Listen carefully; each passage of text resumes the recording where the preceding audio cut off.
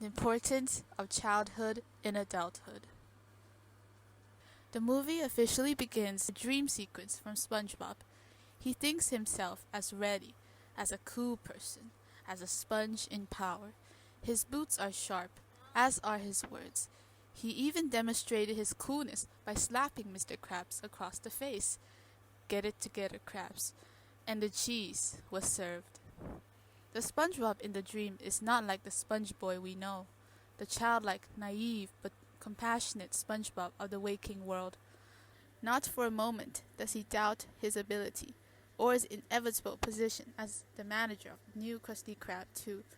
This ignorance of the possibilities stems from his childlike innocence and his understandable enthusiasm.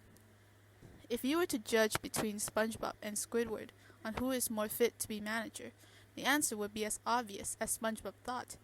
He is the more motivated one, the more hard-working one, the spreader of positivity at work. But at the ceremony, all this is crushed down by the simple word that Mr. Krabs uttered. Kid. Spongebob, he claimed, was just a kid. What did he mean by a kid? In the beginning of the movie, Spongebob showed off his collection of 374 consecutive Employee of the Month awards to Gary. From this, it can be inferred that Spongebob is in fact, literally, not a kid.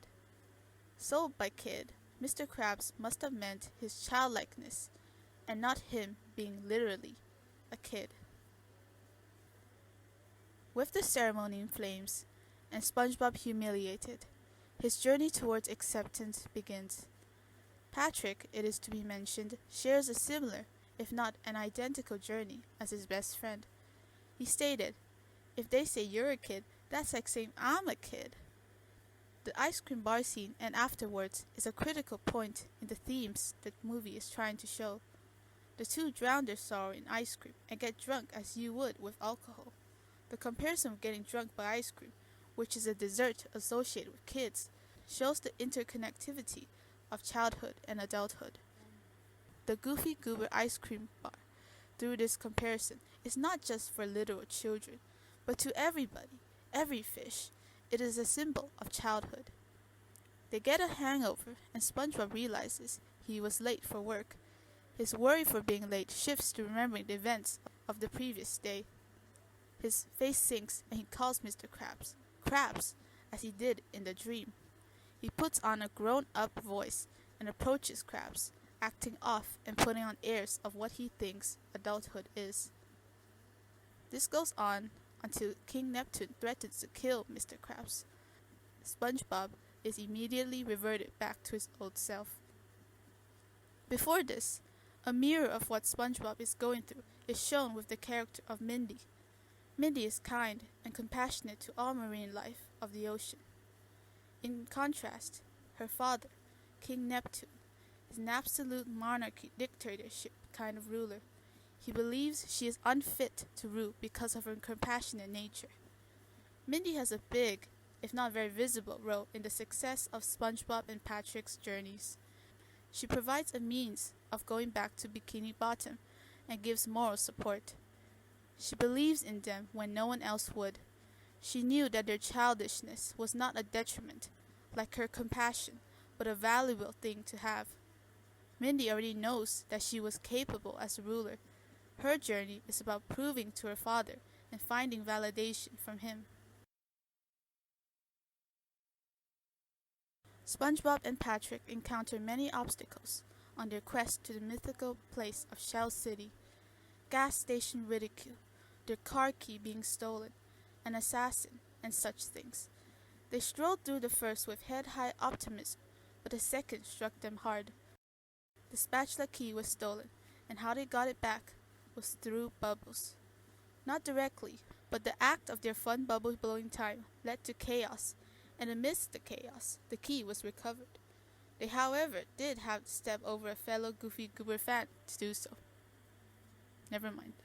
During the highs following the successful recovery of Spatula, Patrick says, "A bubble-blowing baby doesn't belong out here." And Spongebob replies with, "But we blew that bubble. Doesn't that make us bubble-blowing double babies?" This indicates that Spongebob is learning that their innate childlikefulness inadvertently led to the successful escapee, and that being childlike does have a place in the so-called grown-up real world. This high, however, was cut short as the pair encountered their biggest downfall, a granny giving out ice cream. It shows that their childish side is not all good, but this same childlike naivety was the key to winning the trust and favor of a band of trench monsters. Even with Mindy's adult mustache deception, SpongeBob and Patrick are still themselves. They passed the trench and made friends with the monsters because they were themselves. Throughout many of the trials of the heroic journey of self, the child in them was the key out of whatever stood in their way. Even their form of transportation, the Krusty Krab car, is in the form of SpongeBob's youthful passion for his job. You don't need a license to drive a burger. There are no qualifications to be who you are. And the clearest example of this is when the two buds were being dried to death, they sang the Goofy Goober theme song. That song, that mascot of childhood and ice cream with a cane and hat, they sang this as they found out that they had made it to Shell City. That Shell City wasn't what everyone thought it was. They weren't what everyone thought they were. They were kids, but these kids did the impossible. And their teardrops combined together to form a heart, and the impossible became possible. Rain came after the drought. Every fish came to life. It was a cinematic realization of their journey of self, when the hero proves everyone wrong, and they come to understand something of themselves. Back in Bikini Bottom, Squidward has already realized what Plankton is plotting with the absence of Mr. Krabs and his trusted fry cook. But again, and more significantly this time, he fails. His failure in this case was because of the lack of his inner childlike magic, that magic that our heroes possess. Speaking of our heroes, the antagonist is somewhat of a parallel to our Sponge Boy. In the start, no one believed in him, not even his wife.